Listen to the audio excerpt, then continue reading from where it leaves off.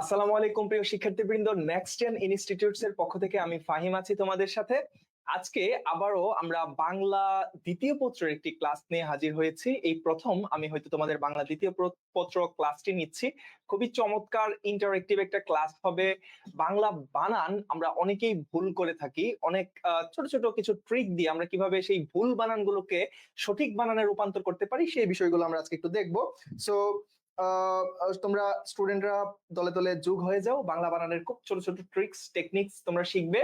So সেটা শেখার জন্য সবার সাথে ক্লাসটা শেয়ার করো, ক্লাসটাতে তোমার ফ্রেন্ডদেরকে মেনশন করো। যত বেশি স্টুডেন্ট হবে আমাদের ক্লাস তত বেশি ইন্টারেক্টিভ হবে, আমাদের ক্লাস তত বেশি সুন্দর হবে। সো আমি অপেক্ষা করছি, শিক্ষার্থীরা তোমরা দলে দলে ক্লাসে জয়েন করো, দেন আমরা ক্লাসটা শুরু করি।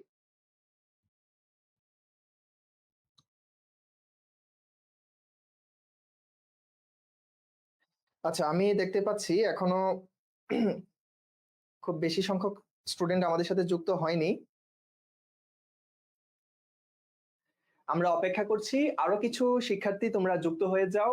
যারা এডমিশন ক্যান্ডিডেট আছো, সামনে এডমিশন পরীক্ষা দিবে, তারাও আজকের ক্লাসটি করতে পারো, কারণ এই ক্লাসটিতে আসলে আমরা সবাই শিখতে পারি। এখানে সবার শেখার জিনিসপত্র আছে। আমরা শুদ্ধভাবে বাংলা বাংলা বানান লেখার জন্য এই ধরনের ক্লাসগুলো খুবই কার্যকরী। ঠিক আছে। আচ্ছা, সহাদেব গাইন, আলহামদুলিল্লাহ আমি ভালো আছি ভাইয়া, তুমি কেমন আছো? আর welcome back to our class. তো বাংলা বানানের কিছু চমৎকার নিয়ম আমরা আলোচনা করব আজকে। সো আমি চাইবো যে আরো স্টুডেন্ট তোমরা যুক্ত হয়ে যাও। ঐশী আপু, আলহামদুলিল্লাহ ভালো আছি। আপনি সবাইকে একটু শেয়ার করে দিতে বলেন ক্লাসটি, সবার সাথে ক্লাসটি শেয়ার করে দেন। সামিউল বাশার ভাই, ওয়ালাইকুম আসসালাম। আমরা ক্লাসটা হচ্ছে সবার সাথে শেয়ার করে দেই। আমরা অনেক সংখ্যক শিক্ষার্থীকে নিয়ে শেখাটা শুরু করি, সবাই মিলেমিশে আমরা শিখি। তো আমি চাইবো যে আরো যারা আছো তোমরা যারা নিয়মিত ক্লাসগুলো করো আমাদের, তোমরা ক্লাসটা একটু সবার সাথে শেয়ার করে দাও, ক্লাসটাতে তোমাদের ফ্রেন্ডদেরকে মেনশন করে দাও, তখনই কিন্তু আমরা সুন্দর করে ক্লাসটা শুরু করতে পারবো।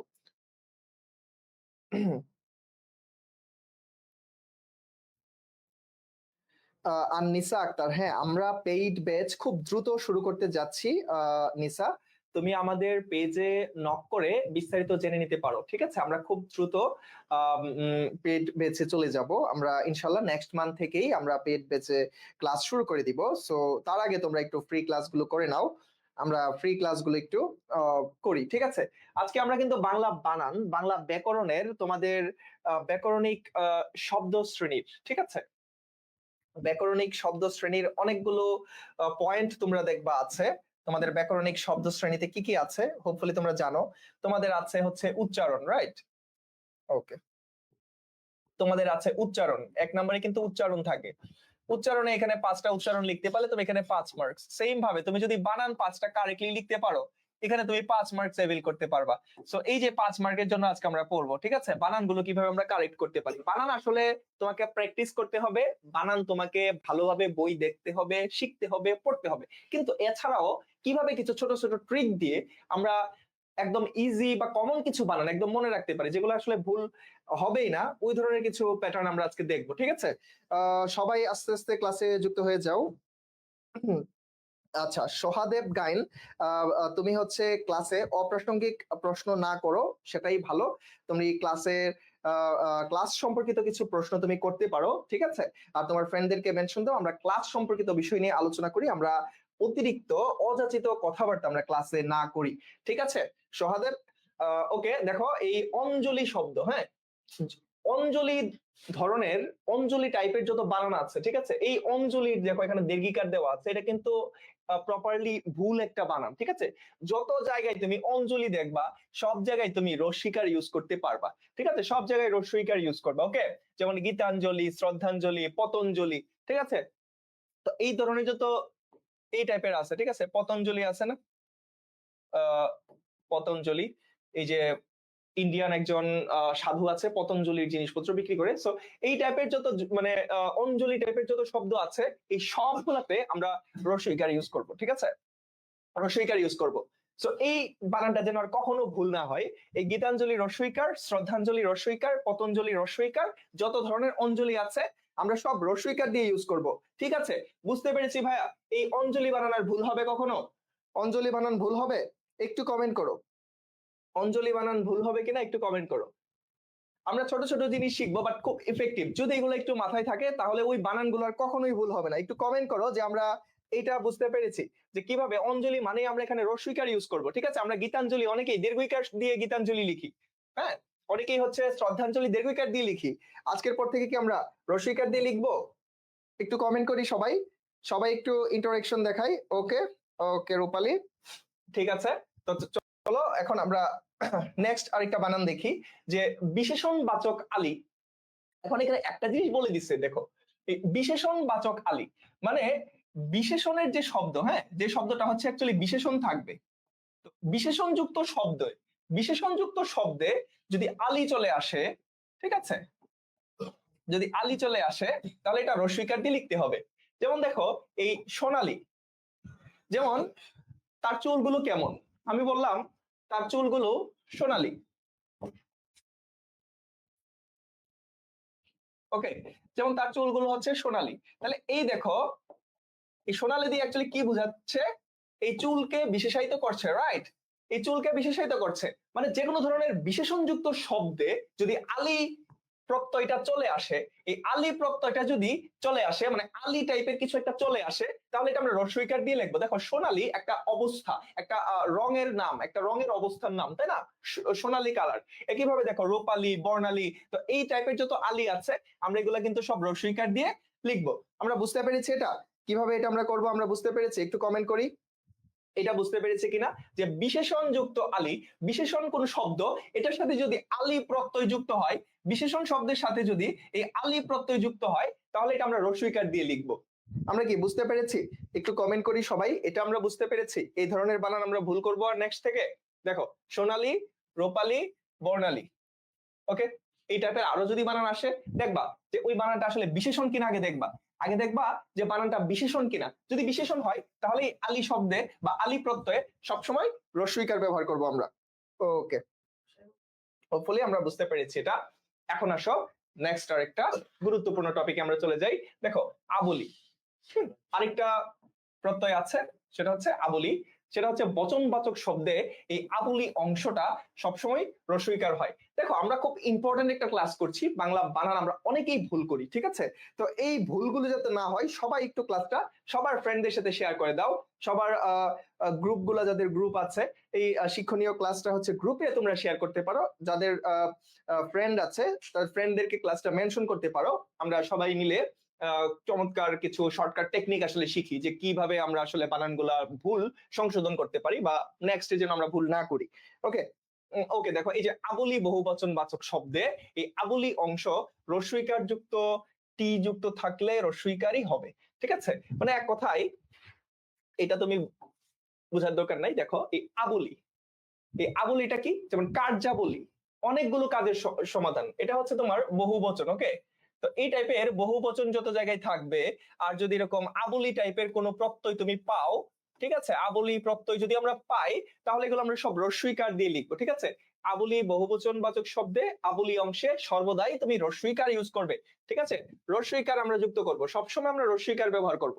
আমরা এতটুকু বুঝি যে আবলি যুক্ত শব্দে আমরা সবসময় রস্বইকার ব্যবহার করব। দেখো কার্যাবলী, শর্তাবলী, নিয়মাবলী, কিভাবে হচ্ছে কলম টি, এখানে আবলি আরেকটা শব্দ ছিল, এই যে থাকে না যে কলম টি, এই যে টি যুক্ত শব্দ, হ্যাঁ, টি টা আমরা এগুলো পড়েছি না আর্টিকেলে, খানা খানি, ঠিক আছে? এই যে টি টা খানা খানি, এগুলো সব রস্বইকার হবে। ওকে, এই টি টা খানা খানি সব রস্বইকার হবে। যেমন যদি বলো এই যে কলম টি বললাম, আবার যদি আমি টা বলি, যদি বলি আমরা বলতে পারি যে চা টা, তাই না? এরকম আর কি। একইভাবে ধরো খানি, যেমন আমরা এরকমও বলতে পারি যে কলম খানি।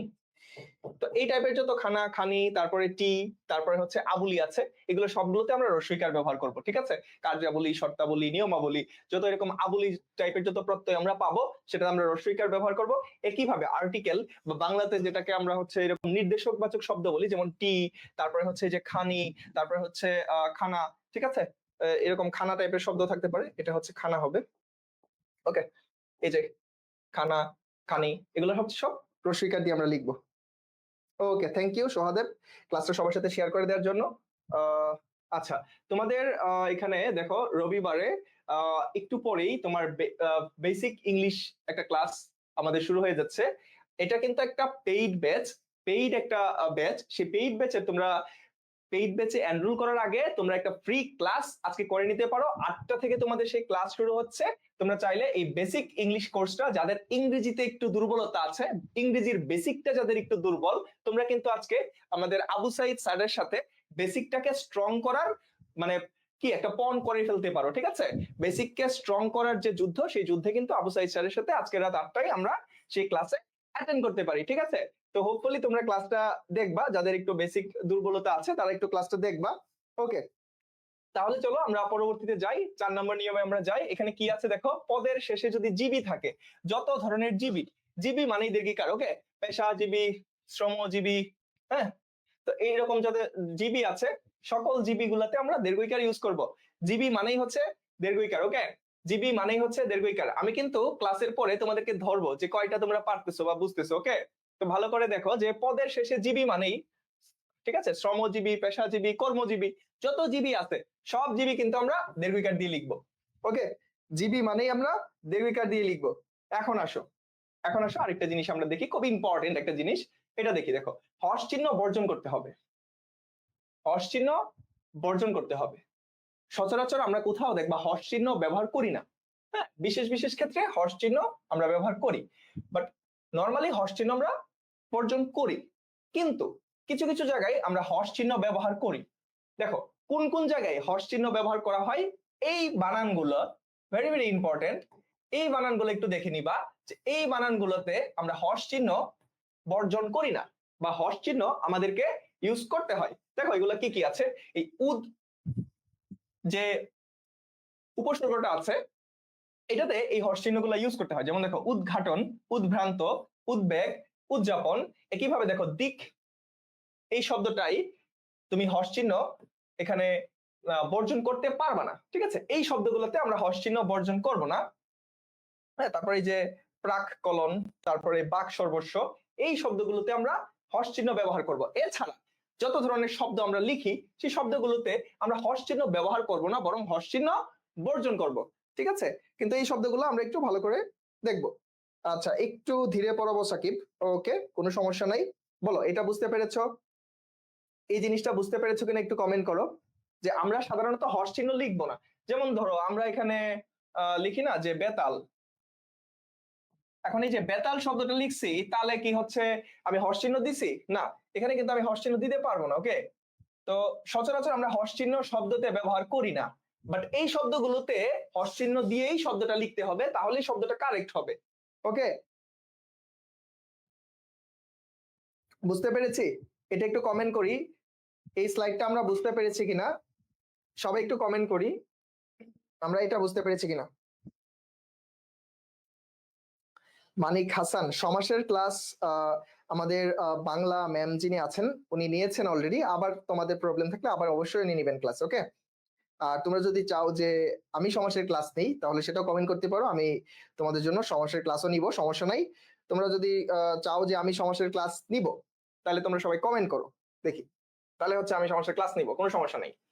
এখন আসো আরেকটা ইম্পর্টেন্ট জিনিস শিখি, আরেকটা ইম্পর্টেন্ট জিনিস আমরা শিখি। হ্যাঁ, এটাও একটা ইম্পর্টেন্ট জিনিস, এইগুলো আমরা প্রায় ভুল করি। এটা 3 স্টার দিয়ে দিলাম তোমাদের, যাও, এটা খুবই ইম্পর্টেন্ট।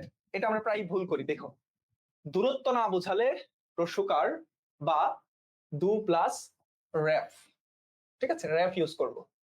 দূরত্ব যদি না বুঝায়, দূরত্ব যদি না বুঝায়, ওকে, দূরত্ব না বুঝালে আমরা এখানে রস্যকার ব্যবহার করব, অথবা আমরা র্যাফ ব্যবহার করব। ওকে, কিভাবে দেখো, এই যে দুরবস্থা, এখানে রস্যকার ইউজ হয়েছে। একইভাবে দেখো দুর্নীতি, আমরা কিন্তু দুর্নীতি দীর্ঘকার দিয়ে লিখবো না। ঠিক আছে, এই দুর্নীতি আমরা কিন্তু দীর্ঘকার দিয়ে লিখবো না। এই দীর্ঘকার দিয়ে লেখা মানে কি, এই দীর্ঘকার দিয়ে লেখা এটা হচ্ছে ভুল, এটা ভুল। আমরা দুর্নীতি রস্যকার দিয়ে লিখবো। এই যে দুর্নাম, এটা কিন্তু আমরা রস্যকার দিয়ে লিখছি। এখন দেখো, যদি দূরত্ব না বুঝায়, তখন তুমি দীর্ঘকার ইউজ করতে পারবা। এগুলো আমরা প্রায়ই সরি, দূরত্ব যদি আমরা বুঝাই তাহলে আমরা দীর্ঘকার ইউজ করতে পারবো, আর যদি দূরত্ব আমরা না বুঝাই তাহলে আমরা রস্যকার ইউজ করব। যেমন দুরবস্থা, দুর্নীতি, দুর্নাম, এগুলাতে কিন্তু একটাতেও দূরত্ব বোঝাচ্ছে না, বাট এখানে দূরত্ব বোঝাচ্ছে, দূরীকরণ দূরত্ব বোঝাচ্ছে, দূরবীক্ষণ দূরত্ব বোঝাচ্ছে। তবে তবে একটা পার্থক্য এখানে আছে, দেখো এই দূরদৃষ্ট, এটা দূরদৃষ্ট এটা মনে হচ্ছে দূরত্ব বোঝাচ্ছে। ওকে, এই দূরদৃষ্টটা দেখে মনে হচ্ছে অ্যাকচুয়ালি দূরত্ব বোঝাচ্ছে, তাই না? মানে দূর দৃষ্টি, যার দূরদৃষ্ট আছে। এইটা কিন্তু দীর্ঘকার হবে না, এটা একটু ভিন্ন, মনে রাখো। এই দূরদৃষ্ট বানানটা রস্যকার দিয়ে হবে। এই হচ্ছে ব্যতিক্রম। এই ব্যতিক্রমটা আমরা একটু দেখব। এটা হচ্ছে আমাদের ব্যতিক্রম। ওকে, এই ব্যতিক্রমটা আমরা একটু দেখব। আর এমনিতে আমরা বুঝলাম যদি দূরত্ব না বোঝাই তাহলে আমরা রস্যকার ইউজ করব। তাহলে চলো আমরা একটা শব্দ লিখি, একটু তোমাদের যাচাই করি। বলো দুর্মতি, এটা 1 নাম্বার। আর 2 নম্বরে আমি দিলাম হচ্ছে দুর্মতি। বলতো এখানে কোন বানানটা কারেক্ট? এই দুর্মতিতে কোন বানানটা কারেক্ট বলতো? কোন বানানটা এখানে কারেক্ট? একটু কমেন্ট করো দেখি। বাংলা বানানে আমরা দেখি এখানে কোন বানানটা কারেক্ট, আমরা একটু কমেন্ট করি। বলো, আমরা যদি আগের নিয়মটা বুঝে থাকি, বানানের আগের নিয়মটা যদি আমরা বুঝে থাকি, তাহলে আশা করি এটাও পারবো।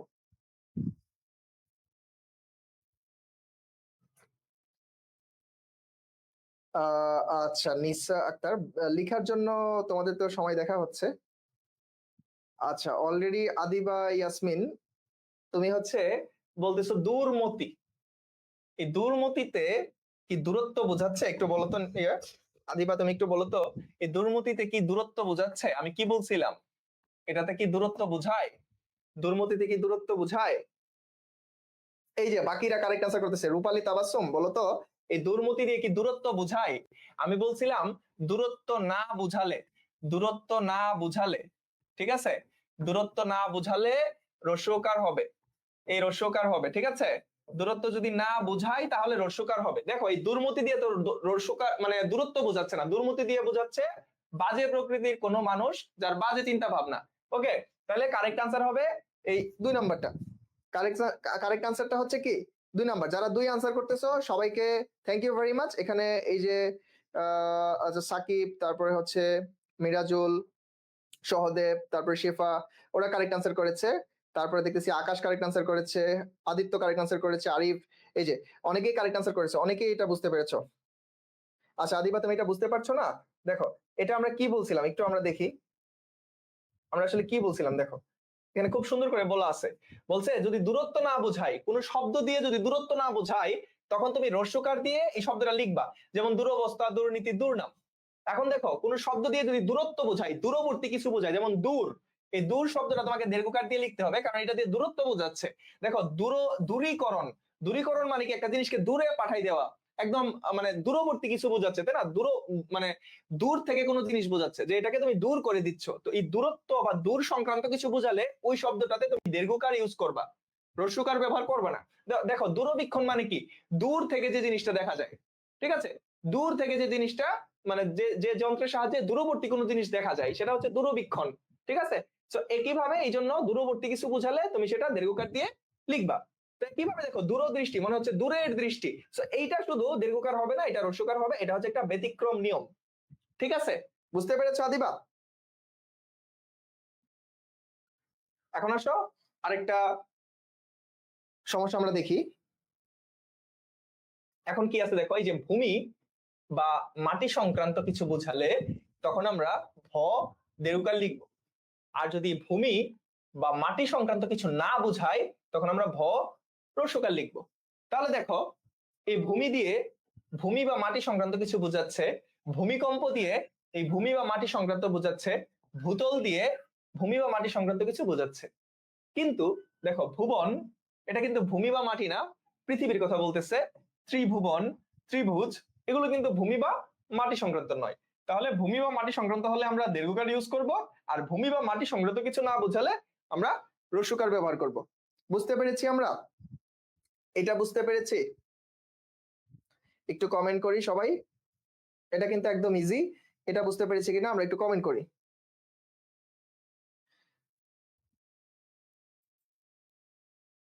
এটা বুঝতে পেরেছি? এটা যদি আমরা বুঝি,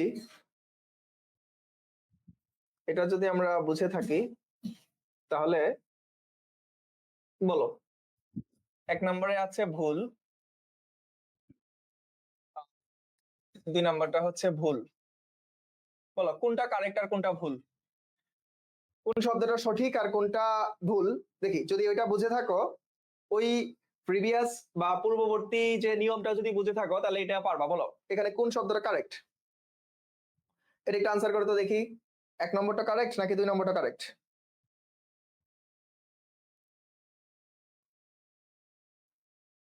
আচ্ছা অলরেডি, হ্যাঁ আদিবা এখন বুঝতে পেরেছে সুন্দর করে।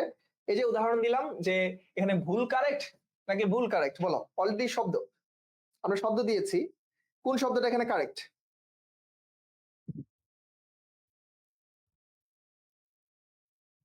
হ্যাঁ 2 নাম্বার, এই তো সবাই এখন পারতেছো। কারণ দেখো ভুল দিয়ে কি ভূমি বোঝাচ্ছে? ভুল দিয়ে কিন্তু এখানে ভূমি বোঝাচ্ছে না, ভুল দিয়ে কিন্তু এখানে আমাদের ভূমি বোঝাচ্ছে না, তাই এটা কারেক্ট হবে না। আমাদের কারেক্ট আনসার হচ্ছে এটা, কারণ ভুল এটা ভূমি সংক্রান্ত না। হ্যাঁ 2 নাম্বারটা হবে, গুড। সবাই বুঝতে পেরেছো, থ্যাংক ইউ ভেরি মাচ। এই তো সবাই কারেক্ট আনসার করতেছো, সবাইকে অসংখ্য ধন্যবাদ। চলো আমরা আরেকটা নিয়ম শিখি। ওকে, আমরা আরেকটা নিয়ম শিখি। দেখো এই র্যাপের পর ব্যঞ্জন বর্ণের দ্বিত্ব হবে না। দেখো দ্বিত্ব মানে কি, ব্যঞ্জন বর্ণের এই দ্বিত্ব মানে কি, একই শব্দ দুইবার, একই শব্দ দুইবার উচ্চারণ হবে না। তাহলে র্যাফের পর এই ব্যঞ্জন বর্ণের দ্বিত্ব হয় না। যেমন দেখো এই ঊর্ধ্ব, আচ্ছা এই বানানটাতে একটু প্রবলেম আছে, আমরা এটা দেখি। এই বানানটা আসলে ভুল হয়েছে, দেখছো এটা ভুল আসছে। এই যে ব্যঞ্জন বর্ণের এখানে দুইবার উচ্চারণ হয়েছে, এটা আসলে এমন হওয়ার কথা ছিল না। এটা হওয়ার কথা ছিল এরকম, ঊর্ধ্ব। ঠিক আছে, এই ধয়ের পরে আবার এখানে ব যুক্ত হবে না। ঠিক আছে, ধয়ের পরে ব যুক্ত হবে না। যেমন দেখো এই যে মূর্ছা, তারপরে ঐশ্বর্য, ওকে, বা এই যে এরকম হবে না বিষয়টা। আর একটু যদি ইজি করে দেই তোমাদের, দেখো ঊর্ধ্ব, ঠিক আছে, এই ঊর্ধ্ব, এই জফলা, এই জফলাটা আর হবে না তখন। এই ব্যঞ্জন বর্ণের দ্বিত্ব বলতে বোঝাচ্ছে দুইবার ব্যঞ্জন। দেখো অলরেডি র্যাফ ইউজ করছি একবার, একটু খেয়াল করো, অলরেডি একবার আমরা র্যাফ ইউজ করেছি, আবার এখানে এই জফলা ইউজ করার প্রয়োজন নাই। সেম ভাবে দেখো মূর্ছা, হ্যাঁ এই যে মূর্ছা শব্দটা দেখো, আমরা এটা একটু দেখি। এই যে র্যাপ ইউজ করেছি, আবার জফলা দিয়ে আকার দেওয়ার প্রয়োজন নাই। ঠিক আছে, ঐশ্বর্য, যেমন এই ঐশ্বর্য বানানটা দেখো, এই ঐশ্বর্য, এই যে রফলা দিয়েছি, র্যাপ দিয়েছি আমরা, র্যাপ দেওয়ার পরে এখন আবার আলাদা করে আমাকে এখানে জফলা দিতে হবে না, ঐশ্বর্যতে আলাদা করে জফলা দিতে হবে না। কিন্তু কিছু ব্যতিক্রম আছে, এই ব্যতিক্রমটা আমাকে শিখতে হবে। যেমন এই যে অর্ঘতে র্যাফের পরেও জফলা দেওয়া লাগতেছে, দৈর্ঘ্যতে র্যাফের পরেও জফলা দেওয়া লাগতেছে, এই নৈবত্তিকে মানে র্যাফের পরেও জফলা দেওয়া লাগতেছে। বাট এই যে এই শব্দগুলা, যেমন এটা ঊর্ধ্বা লিখছে বা ঊর্ধ্ব হবে আসলে, ঊর্ধ্ব, এই বানানটা যদিও ভুল আছে, এখানে আমরা এইভাবে লিখবো ঊর্ধ্ব। এইভাবে যদি আমি লিখি এটা, এই যে এটা, তোমার আর কি প্রয়োজন নাই, এই জফলার প্রয়োজন নাই। ঠিক আছে, সেম ভাবে দেখো মূর্ছা কোনো জফলা ইউজ করা হয় নাই, ঐশ্বর্য কোনো জফলা ইউজ করা হয় নাই, বাট এই শব্দগুলো হচ্ছে ব্যতিক্রম। এই ব্যতিক্রম শব্দগুলোতে আমরা জফলা ব্যবহার করব। ঠিক আছে, ব্যতিক্রম শব্দগুলো আমরা একটু দেখবো ভালো করে। এই যে ব্যতিক্রম শব্দ যেগুলো আছে, এইগুলো আমরা একটু ভালো করে দেখবো। বুঝতে পেরেছি এটা? এই দ্বিত্ব মানে হচ্ছে দুইবার ব্যঞ্জন বর্ণ বা ব্যঞ্জনের কার বা হচ্ছে ফলা, এগুলো আমরা দুইবার ইউজ করব না। এটা বুঝতে পেরেছি? এই স্লাইডটা কি আমরা বুঝতে পেরেছি? একটু কমেন্ট করি সবাই যে আমরা এটা বুঝতে পেরেছি কিনা। তাহলে আমরা পরবর্তী স্লাইডে যাই। আমরা এটা বুঝতে পেরেছি, সবাই একটু কমেন্ট করো যে এইটা বুঝতে পেরেছো কিনা।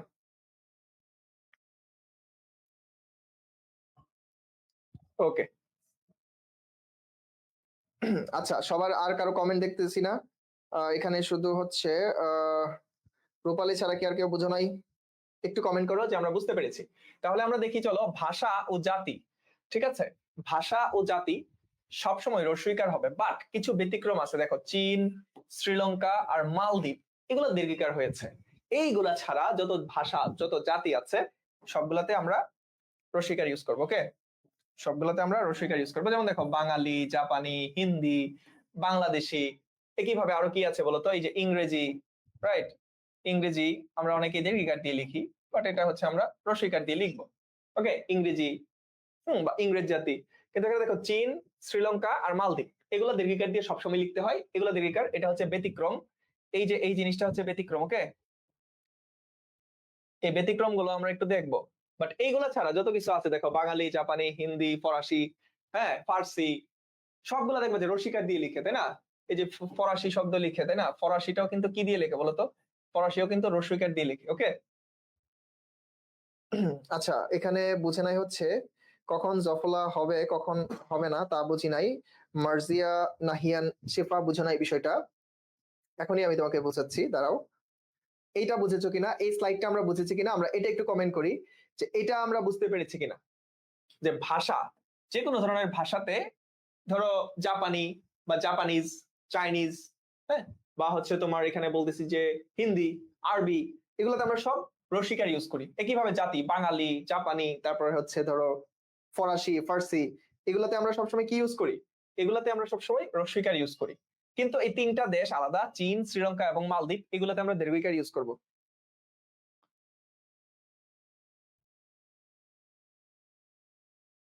হ্যাঁ, শেষে আমরা প্র্যাকটিসের জন্য, আমরা পরবর্তীতে আমরা যখন পেইড ক্লাস করব তখন আমরা প্রচুর প্র্যাকটিস করব, ঠিক আছে?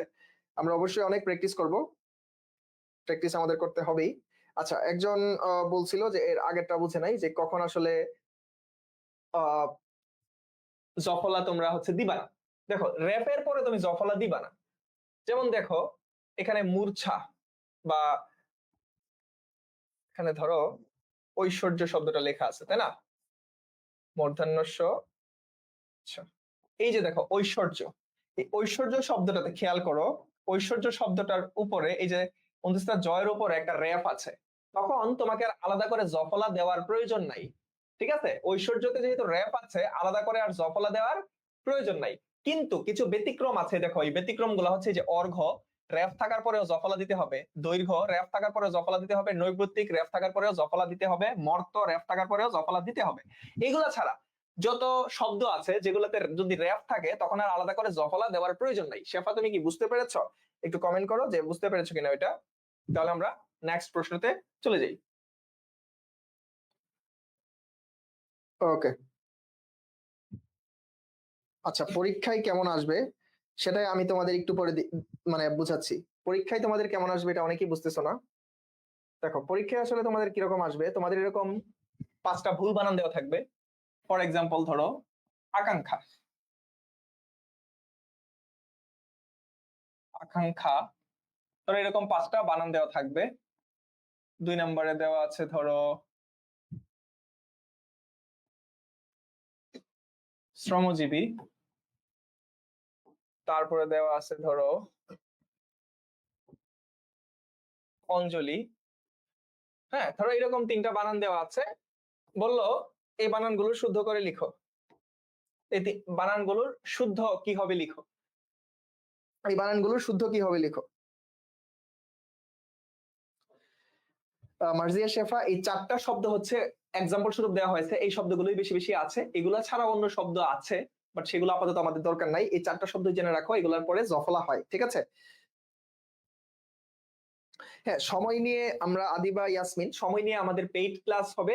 তোমরা কিন্তু চাইলে আমাদের পেইড কোর্সে হচ্ছে এনরোল করতে পারো। তোমরা হয়তো জেনেছো আমরা কিছুদিনের মধ্যেই, তোমরা দেখবা আমাদের হচ্ছে এই পেজে তোমরা চলে যেতে পারো, আমাদের যে ওয়েবসাইট রয়েছে। আচ্ছা, আমি তোমাদেরকে ওয়েবসাইট থেকে দেখাচ্ছি, তোমরা আমাদের ওয়েবসাইটটা চাইলে একটু ভিজিট করতে পারো, ঠিক আছে? Next gen institutes, next gen, এই যে নেক্সট জেন ইনস্টিটিউটস, দেখো এখানে হলুদ করে মার্ক করে যেটা আছে, এই নেক্সট জেন ইনস্টিটিউটস এ তোমরা চলে যাবা। তো নেক্সট জেন ইনস্টিটিউটস থেকে তোমরা চাইলে এখানে পেইড কোর্স এনরোল করতে পারো। তোমরা যেরকম ভাবে চাচ্ছ, যে মন মতো, আমরা অনেক সময় নিয়ে ইচ্ছা মতে প্রথমে রুলস গুলা পড়বো, পরে ইচ্ছা মতো সুন্দর করে প্র্যাকটিস করবো। সো এগুলোর জন্য কিন্তু আমাদের এই পেইড কোর্স তোমরা এনরোল করে ফেলতে পারো। আমরা তোমাদেরকে তোমাদের ইচ্ছা মতো আমরা ক্লাস করাবো, শেখাবো। তো এখানে দেখো অনেকগুলা কোর্স আছে। তোমরা যদি এই যে কোর্সেস চলে যাও, এই যে দেখো এখানে কোর্স গুলো তোমরা একটু ব্রাউজ করতে পারবা, ঠিক আছে? দেখো অনেকগুলা কোর্স আছে, যেমন আজকে রাত 8টায় এই যে ইংলিশ এবিসি কোর্স। যারা তোমরা ভবিষ্যতে আইএলটিএস দিবা চিন্তা করতেছো, তারা কিন্তু চাইলে এই বেসিক তোমাদের ইংরেজির ফাউন্ডেশনটা একদম সলিড করে ফেলতে পারো ইংলিশের কোর্সটা করে। সেম ভাবে খেয়াল করো, এখানে ইবিআই ইংলিশ গ্রামার কোর্স আছে।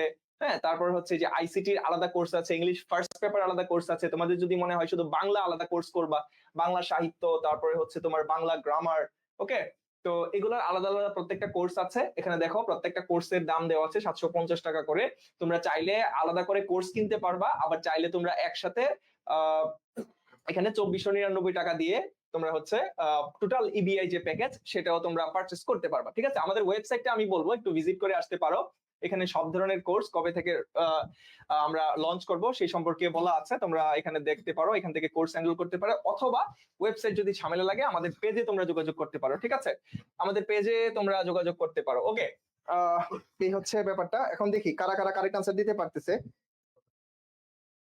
আর আর আরেকটা বিষয়, সেটা হচ্ছে আমরা কিন্তু তোমাদের ইবিআই এর জন্য, ওকে, এই ইবিআই আমরা আলাদা তোমাদের প্র্যাকটিসের জন্য এই ইবিআই এর আমরা বুক লঞ্চ করতেছি খুব দ্রুতই। তোমরা বই পেয়ে যাবা প্র্যাকটিসের জন্য, প্রচুর প্র্যাকটিস, ঠিক আছে? এই প্রচুর প্র্যাকটিসের জন্য আমাদের কিন্তু কিছুদিনের মধ্যেই তোমাদের একটা বইও দেওয়া হবে কোর্সের সাথে। তোমরা যদি কোর্স এনরোল করো এই ইবিআই কোর্সের জন্য, এই যে ইংলিশ বাংলা আইসিটি, এই সবগুলোর জন্য তোমাদের বই আমরা রেডি করছি, প্রচুর প্র্যাকটিস সম্বলিত বই, সাজেশনাল বই, এটাও তোমরা পেয়ে যাবা, ঠিক আছে? কোর্সে এনরোল করলে এই বই কিন্তু তোমরা পেয়ে যাবা, ঠিক আছে? ওকে, আমরা কিন্তু বইও প্রোভাইড করব তোমাদের, সো নো টেনশন। তোমরা এখন ফ্রি ক্লাসগুলো করে হয়তো আইডিয়া পেয়েছো। আমি আশা করব যে তোমরা আমাদের পেইড কোর্সগুলোতে এনরোল করবা এবং অনেক কিছু নতুন কিছু শিখতে পারবা, জানতে পারবা, ওকে। তাহলে অনেকে শ্রমজীবী কারেক্ট আনসার দিছে। একজন তো ডিএক্স মিরাজুল ইসলাম, তুমি এটা ক্লাস মনে হয় করো নাই, ভুল করছো, ঠিক আছে? শ্রমজীবী বানান ভুল। এই যে আনিকা রানী দেখাই দিয়েছে শ্রমজীবী বানান ভুল। বলো তো শ্রমজীবী বানান কিভাবে হবে? এই শ্রমজীবী কিন্তু আমাদের দুইটাই দীর্ঘিকার হবে। আমরা প্রথমেই একটা রুলসে শিখেছি, যত জিবি আছে এই জিবি মানেই দীর্ঘিকার। এই বাচ্চারা, জিবি মানেই হচ্ছে দীর্ঘিকার, ঠিক আছে? যত ধরনের জিবি আছে এই জিবি মানেই হচ্ছে দীর্ঘিকার, দুইটাই দীর্ঘিকার। শ্রমজীবী, কৃষিজীবী, হ্যাঁ, এই যত জিবি আছে সব কিন্তু পেশাজীবী, হ্যাঁ, সব কি হবে? সব হচ্ছে দীর্ঘিকার হবে। এই আকাঙ্ক্ষা বানানটা কেউ পারতেছো না? আকাঙ্ক্ষা বানান তো এটা ভুল আছে। কারেক্ট আনসার কি হবে করো তো দেখি। আকাঙ্ক্ষাতে কারেক্ট আনসার কি হবে? সাকিব ইসলাম গ্রামার কোর্সও হবে। আর আজকে তোমার একটা একটা বেসিক ইংলিশ ফাউন্ডেশনের কোর্স পাবা, যেটা হচ্ছে ইংলিশ ফাউন্ডেশনের জন্য। আর তোমরা যদি এইচএসসির ইংরেজি গ্রামারের কথা বলো, গ্রামারের কোর্সও আছে, সেটা তুমি একটু দেখে নিবা। হ্যাঁ, আনিকা রানী আকাঙ্ক্ষা বানান এই যে ও কারেক্টলি আনসার দিয়েছে। আনিকা, এই যে আকাঙ্ক্ষা, এই হচ্ছে ও, তারপর হচ্ছে আমরা এখানে কিও ইউজ করতে হবে, ঠিক আছে? এই হচ্ছে আমাদের আকাঙ্ক্ষা বানান। তারপরে এই যে অঞ্জলি আমরা আগে শিখিয়েছিলাম, এই যে অঞ্জলি হচ্ছে সবগুলা, এই অঞ্জলিতে কি হয় আমি বলেছিলাম যে অঞ্জলিতে হচ্ছে রসইকার হবে, ঠিক আছে? এরকম ভাবে আসবে, ভুল বানান থাকবে, এরকম ভুল বানান দেওয়া থাকবে, তোমাকে বানান কারেক্ট করতে হবে। পরীক্ষায় কিভাবে আসবে সবাই বুঝতে পেরেছো? হ্যাঁ, রূপালী কারেক্ট আনসার করেছে। হ্যাঁ, ওকে। তাহলে যে কোশ্চেন করেছিলা যে পরীক্ষায় কিভাবে আসবে, বুঝতে পেরেছো ভাইয়া? কোশ্চেন যে করেছিলা যে পরীক্ষায় তোমার কিভাবে আসবে আনসার, তুমি কি বুঝতে পেরেছো? একটু কমেন্ট করো যে বুঝতে পেরেছো কিনা। পরীক্ষায় কিভাবে আসবে তুমি কি বুঝতে পেরেছো?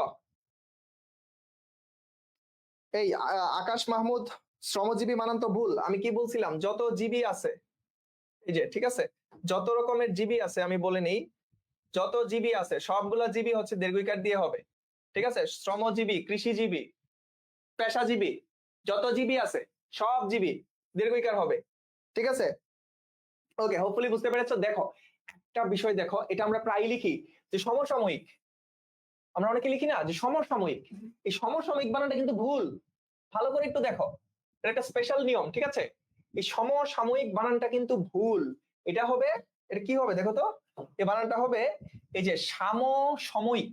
দেখো, সমসাময়িক, সমসাময়িক আমরা সব সময় লিখি যে সমসাময়িক সময়ে, মানে এই সমসাময়িকের ইংরেজিটা আসলে কি জানো? ইংরেজিটা হচ্ছে আমরা বলি না যে রিসেন্টলি, রিসেন্টলি শব্দের বাংলাটা হচ্ছে এই সমসাময়িক। আসলে আমরা সমসাময়িক বলি, বাট ইটস নট সমসাময়িক। দেখো, এটা হবে সমসাময়িক। এতদিন এটা ভুল শিখে আসছো, অনেকে এতদিন, আমি বলবো যে অনেকে এটা ভুল লিখছো, যারা সমসাময়িক লিখছো। ঠিক আছে, সমসাময়িক না, এটা হবে সমসাময়িক। একটু ভালো করে আমরা একটু দেখি।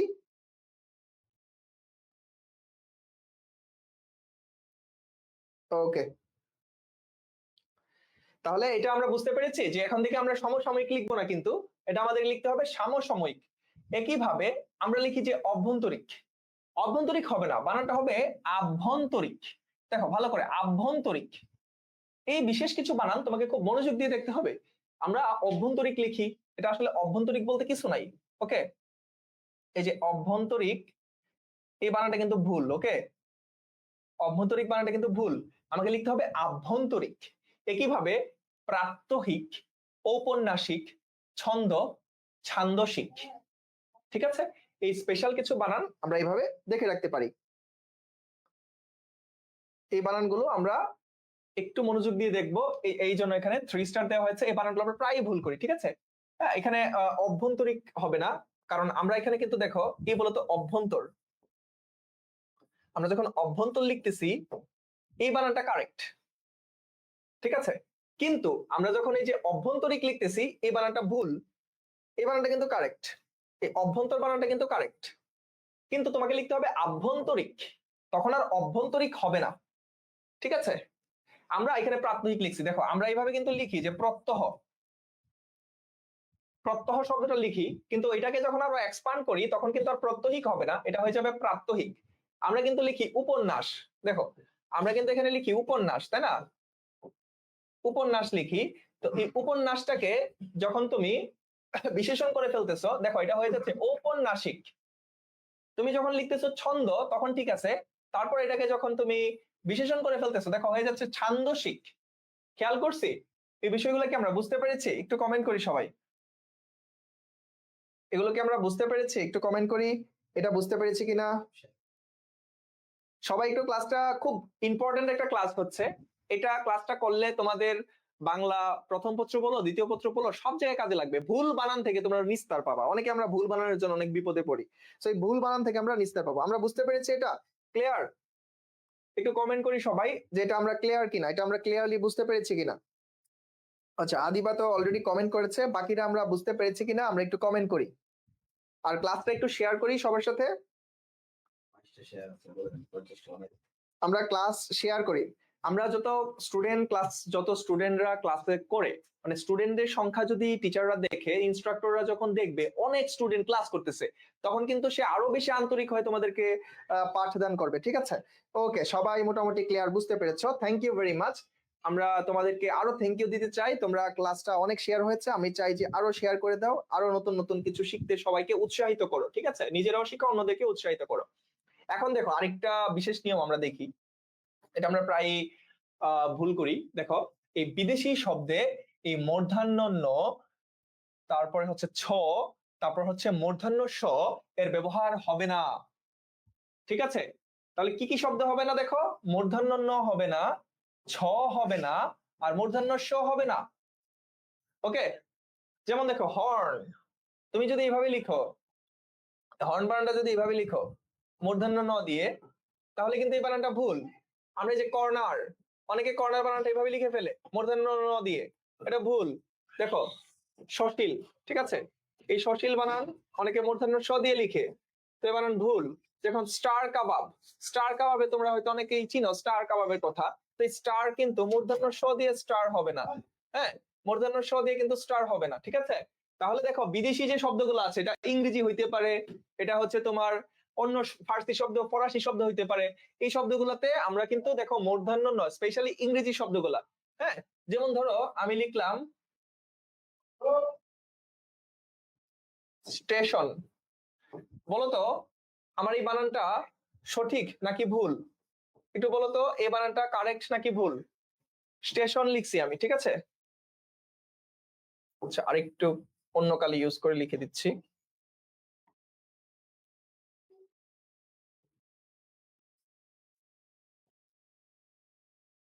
স্টেশন, স্টেশন বানান ঠিক না ভুল বলতো?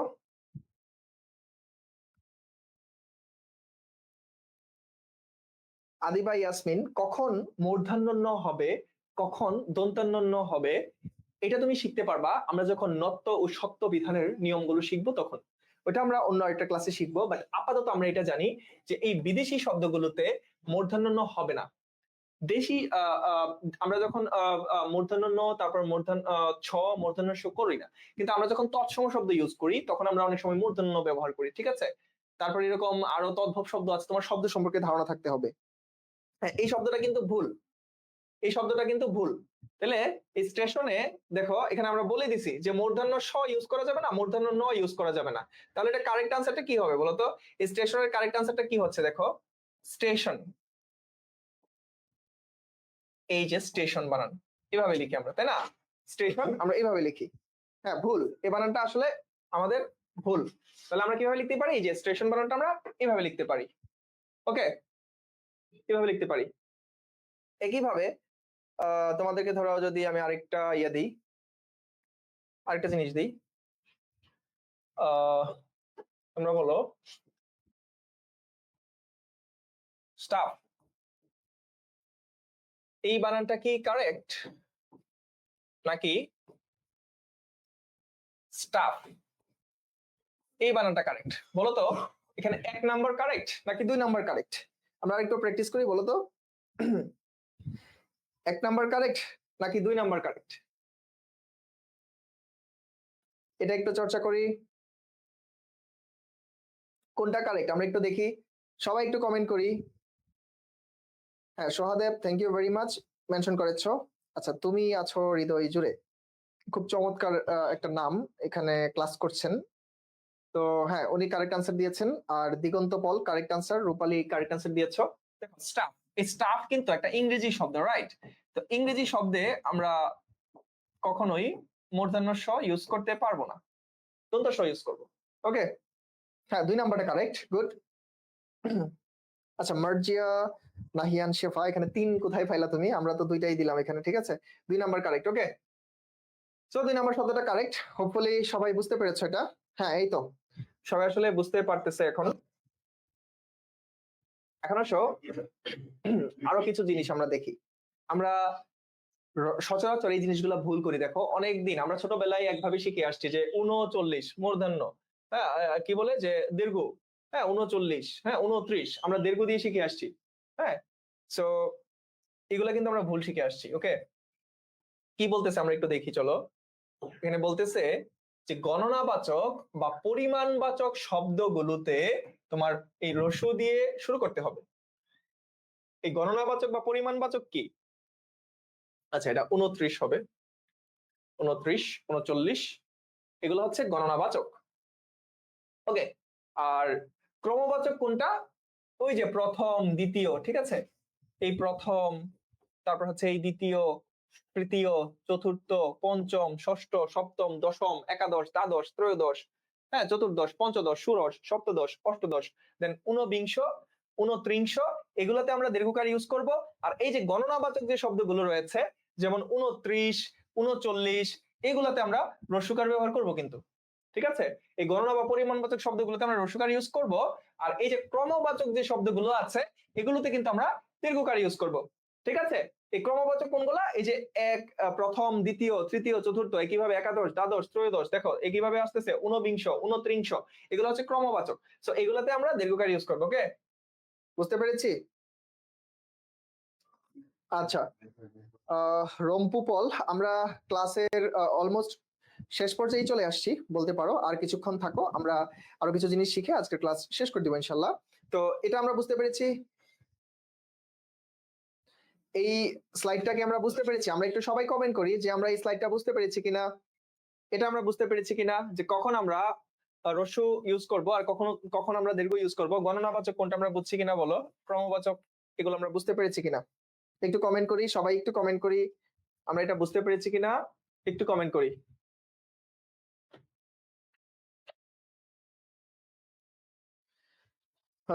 বুঝতে পেরেছি কিনা একটু কমেন্ট করি সবাই। ওকে, প্রীতি বুঝতে পেরেছো, thank you. Okay Afrin, thank you very much যে তোমরা বুঝতে পেরেছো।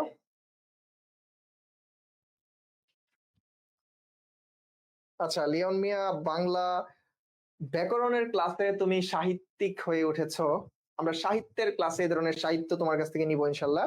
বাট এখন আমরা ব্যাকরণ পড়ছি, ব্যাকরণে আমরা মনোযোগী হই। ওকে, থ্যাংক ইউ ভেরি মাচ, সবাই বুঝতে পেরেছে। তাহলে চলো আরেকটা জিনিস আমরা বুঝি এখন। ক্লিয়ার? Okay, thank you. এখন আসো আমরা আরেকটা জিনিস বুঝি যে শব্দের শেষে দেখো, এই 13 নম্বর রুলসটা আমরা একটু দেখি। দেখো, শব্দের শেষে যদি দেখো বতি, মতি, গামী, কামী, বাহী, মুখী, পন্থী এগুলো থাকে, এই ওয়ার্ড গুলো যদি থাকে তাহলে কিন্তু আমরা এটা দীর্ঘইকার ব্যবহার করব। দেখো যে পদ্মাবতী, দেখছো বতী দীর্ঘইকার, শ্রীমতী দীর্ঘইকার, অনুগামী দীর্ঘইকার। হ্যাঁ, তারপর হচ্ছে ধরো আমরা এরকম ইউজ করি না যে মালবাহী, মালবাহী কি হয়েছে? দীর্ঘইকার। হ্যাঁ, তারপরে এই যে মুখী আছে, দেখো মুখী দিয়েও আমরা এটা করতে পারি, যেমন কর্মমুখী, তাহলে কর্মমুখী কি হবে বলো? এই দীর্ঘইকার দিয়ে হবে। হ্যাঁ, তারপরে এই যে পন্থী, হ্যাঁ, যেমন আমি লিখি যে ধর্মপন্থী, দীর্ঘইকার হবে। হ্যাঁ, অনেকে আবার ইউজ করে ধরো চরমপন্থী, এগুলা কিন্তু দীর্ঘইকার ইউজ করে আমরা লিখবো। ওকে, বুঝতে পেরেছি? তো এই শব্দগুলা দেখো বতি, মতি, গামী, কামী, বাহী, মুখী, পন্থী এগুলা সবসময় দীর্ঘইকার ইউজ করে লিখবো। এটা বুঝতে পেরেছি? একটু সবাই কমেন্ট করি এই স্লাইডটা বুঝতে পেরেছি কিনা, আমরা এটা বুঝতে পেরেছি কিনা একটু কমেন্ট করি। যে বতি, মতি, গামী, কামী আমরা মুখস্থ করে ফেলি, বতি, মতি, গামী, কামী, বাহী, মুখী, পন্থী এই শব্দগুলাই সবসময় দীর্ঘইকার ইউজ করতে হবে। এই শব্দগুলাই আমরা সবসময় দীর্ঘইকার ইউজ করব। একটু কমেন্ট করি যে আমরা এটা বুঝতে পেরেছি কিনা, এটা আমরা বুঝতে পেরেছি কিনা আমরা একটু কমেন্ট করি। তারপর আমরা নেক্সট স্লাইডে চলে যাচ্ছি। আমরা নেক্সট স্লাইডে চলে যাচ্ছি। হ্যাঁ, এটা থ্যাংক ইউ, সবাই বুঝতে পেরেছি আমরা, ধন্যবাদ। এখন আসো পরবর্তী সমস্যা আমরা দেখি। শব্দের শেষে অধ্বনি উকার দিয়ে লেখা যেতে পারে। ঠিক আছে, এটা খুব সিম্পল একটা জিনিস। শব্দের শেষে যে অধ্বনিটা থাকে সেটা তুমি চাইলে এই উকার দিয়ে লিখতে পারো। ব্যাপারটা কেমন দেখো, ব্যাপারটা আমরা একটু এক্সপ্লেন করি। যেমন ধরো কালো, এই যে কালো, কালো কিন্তু এইভাবে লেখে। এখন এই কালো দিয়ে কিন্তু আরেকটা জিনিস বোঝায়, সেটা হচ্ছে কাল। এটা দিয়ে কিন্তু কালো বোঝায়, দীর্ঘকাল, স্বল্পকাল। যদি কোনো বাক্যে এই ধরনের কোনো মানে দ্বিধাদ্বন্দ্ব তৈরি হয়, এই বাক্যটা দিয়ে কাল বোঝাচ্ছে, এই শব্দটা দিয়ে কাল বোঝাচ্ছে নাকি কালো বোঝাচ্ছে, এই ধরনের কনফিউশন যদি তৈরি হওয়ার কোনো চান্স থাকে, তখন তুমি কালো বানানটা অবশ্যই এভাবে লিখবা। হ্যাঁ, এই যে কালো শব্দটা আমি লিখছি এখানে, এই যে দেখো এখানে যে কালো শব্দটা লিখছি, এখানে কিন্তু একটা মনে মনে অ আছে, কালো। ওকে, কালো। তো এই যে অ ধ্বনিটা, এটাকে তুমি চাইলে এই উকার দিয়ে লিখতে পারো। হ্যাঁ, এটাকে তুমি চাইলে এরকম ভাবে উকার দিয়ে লিখতে পারো, যেমন কালো, এই যে কালো, এই কালো দিয়ে দেখো কালো বুঝাইতে পারে, আবার এই যে কালো বুঝাইতে পারে। সো এই ধরনের কনফিউশন যদি কোথাও থাকে, তাহলে আমরা কালো বানানটা এই কা লো ওকার দিয়ে লিখবো। দেখো এই সেম ভাবে খাটো, দেখো এই যে খাটো, অনেকে এইভাবে লিখে খাটো। এখনই দেখো খাটো দিয়ে কিন্তু খাটো বোঝায় পালঙ্ক, খাট পালঙ্ক বা বেড, এটাও কিন্তু বুঝাইতে পারে। সো এই ধরনের কনফিউশন দূর করার জন্য আমরা কিন্তু খাটো বানানটা এভাবে লিখতে পারি। সেম ভাবে এই ছোট, তুমি আমরা অনেকেই ছোট কিন্তু এইভাবেই লিখি ছোট, এটা যেমন কারেক্ট, তুমি ছোট বানানটা এই ওকার দিয়ে লিখতে পারো ছোট। সেম ভাবে দেখো এই ভালো কিন্তু আমরা এইভাবে লিখি ভালো। ঠিক আছে, ভালো এভাবেও কারেক্ট, তুমি যদি এইভাবে ভালো লিখো এইভাবেও কারেক্ট। বুঝতে পেরেছি? ভালো কিন্তু এভাবেও কারেক্ট, ওইভাবেও কারেক্ট। এটা বুঝতে পেরেছি আমরা, দুই ভাবেই এই বানানগুলো কারেক্ট। তবে কিছু কিছু ক্ষেত্রে, যেমন এই যে কালো দিয়ে কাল বুঝাইতে পারে, খাটো দিয়ে খাট বুঝাইতে পারে, এই ধরনের কনফিউশন যদি কোনো বাক্যে থাকে, তাহলে সেই ক্ষেত্রে সেই বাক্যগুলোতে আমরা ওকার দিয়ে কালো, খাটো এই শব্দগুলো লিখবো। হ্যাঁ, খাট, খাট দিয়ে কিন্তু দেখো খাট পালঙ্ক বোঝাচ্ছে, আবার খাটো কিন্তু অনেকে ট দিয়ে লিখে, শুধু শুধু খাটো লিখে। হ্যাঁ, তো সেই ক্ষেত্রে এই ধরনের কনফিউশন দূর করার জন্য আমরা খাটো দিয়ে লিখবো। ওকে, আমরা এটা বুঝতে পেরেছি, একটু কমেন্ট করি সবাই।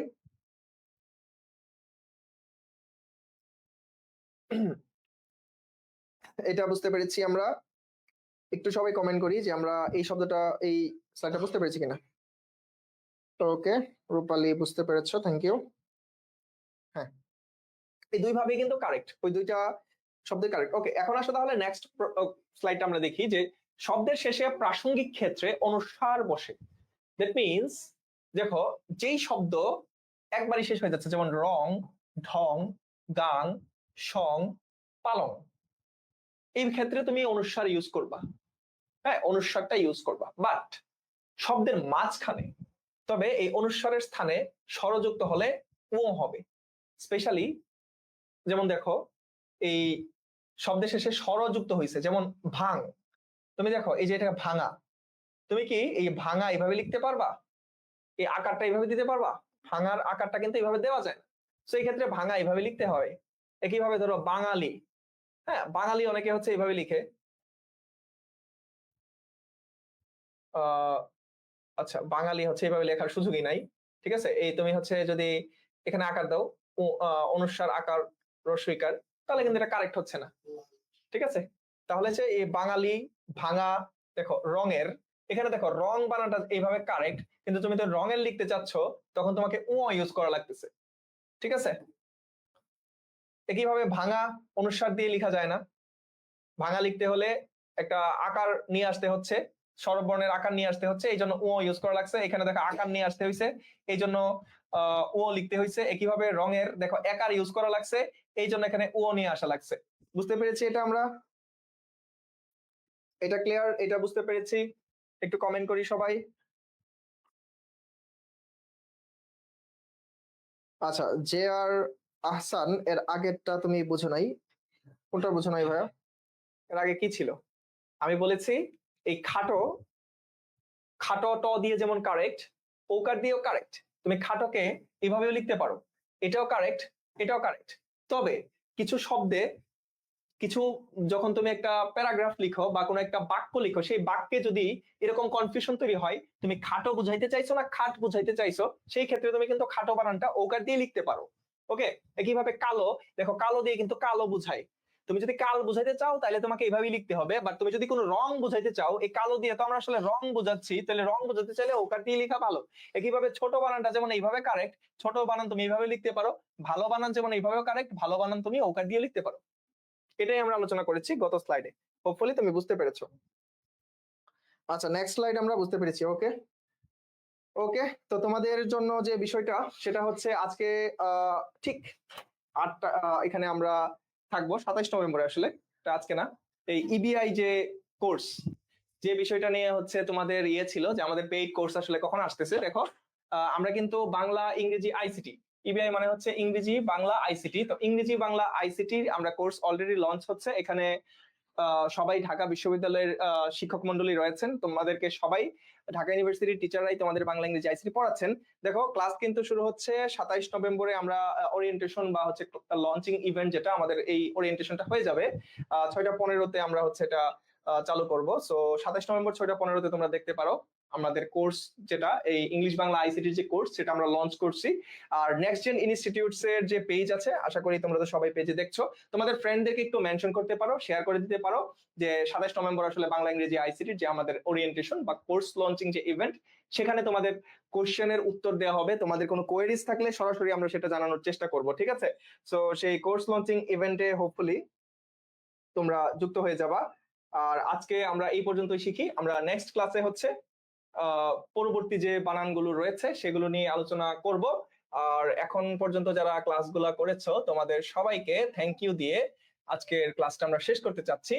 আর এই কোর্সটা যারা এই 26 সালে পরীক্ষা দিচ্ছ, এইচএসসি 26 ব্যাচ যারা রয়েছে, তারা যেমন করতে পারবা, 27 ব্যাচের জন্য কিন্তু ক্লাসটা উন্মুক্ত। ঠিক আছে, এই কোর্স তোমরা সবাই এনরোল করতে পারবা। 26 ব্যাচেররা তোমাদের টেস্ট পরীক্ষাটা ঝালানো হয়ে যাবে কোর্সটাতে এনরোল করলে, তোমাদেরকে প্রপারলি প্র্যাকটিস করানো হবে, গাইডলাইন দেওয়া হবে। 27 ব্যাচ যারা আছো, তোমরা সুন্দর একটা গাইডলাইন অনুসরণ করে দীর্ঘমেয়াদী একটা প্রস্তুতি নিতে পারো। সো আমরা তোমাদের সবাইকে ইনভাইটেশন দিচ্ছি। আমরা 27 নভেম্বর ইংলিশ বাংলা আইসিটির কোর্স লঞ্চিং ইভেন্টে তোমরা সবাই ইনশাল্লাহ থাকবা, তোমাদের ফ্রেন্ডদেরকে মেনশন করবা। ঠিক আছে, যে আমরা হচ্ছে কোর্সটা আমরা না যদিও পারচেস করি, আমরা যেন জানি আসলে কোর্সটাতে আমরা কি কি দিচ্ছি তোমাদেরকে। তো সেই আশাই রাখবো। তো যারা এখন পর্যন্ত ক্লাসটা করেছো, সবাইকে অসংখ্য ধন্যবাদ। আচ্ছা, Roman Pal, thank you very much. আমার ক্লাসটা করে তোমার ভালো লেগেছে, এগুলো শুনলেও আসলে ভালো লাগে। হ্যাঁ, তো তোমরাও সবাই ভালো থাকবা। তোমাদের পরবর্তী ক্লাসের একটু পরেই তোমাদের আবু সাইদ ভাইয়ার আমাদের যে এবিসি ইংলিশ যে কোর্সটা রয়েছে সেটার একটা ওরিয়েন্টেশন ফাউন্ডেশন ক্লাস হবে। সেই ক্লাস দেখার আমন্ত্রণ জানিয়ে আজকে এখানেই আমি তোমাদের কাছ থেকে বিদায় নিচ্ছি। সবাই ভালো থাকো, সুস্থ থাকো, আল্লাহ হাফিজ।